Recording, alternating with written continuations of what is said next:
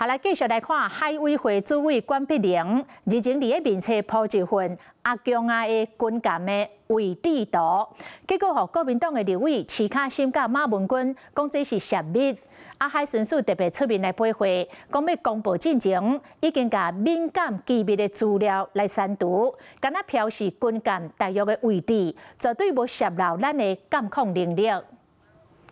至於國民黨主席鄭麗文訪問中國，也無法度換來和平。海委會主委管碧玲佇面冊頂懸鋪出海面態勢圖，清楚表示，佇台海附近的6隻強艦甲2隻海警船，連型號甲舷號攏寫出來。國民黨立委徐巧芯甲馬文君攏質疑盜竊軍事機密，標題寫講管碧玲閣是你。徐巧芯質疑，針對擾亂台灣的強機甲強艦，國防部逐工敢若公布架次甲數量等等的基本資訊，無將部署位置寫出來，就是避免解放軍反推國軍的情緒認定。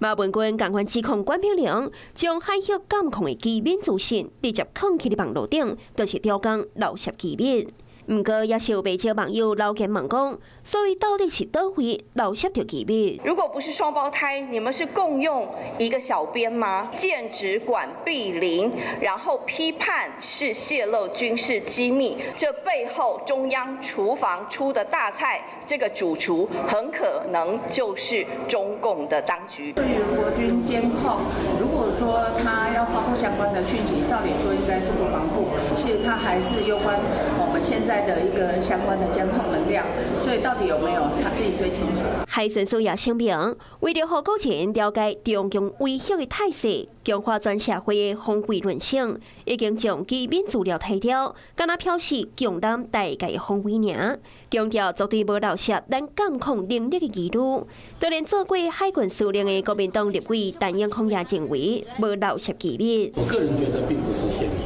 他只是沒有把這個領海基線跟24里描出來，所以你的判斷就會有點誤差。這份地圖到底是穩定民心，也是將底牌顯給咱看？公開資訊甲國家安全的紅線要安怎劃定？條件意見不同。Hello， 我是林仙怡，想要搶先掌握最及時的新聞資訊嗎？趕快訂閱、按讚、開啟小鈴鐺，鎖定華視新聞 YouTube 頻道。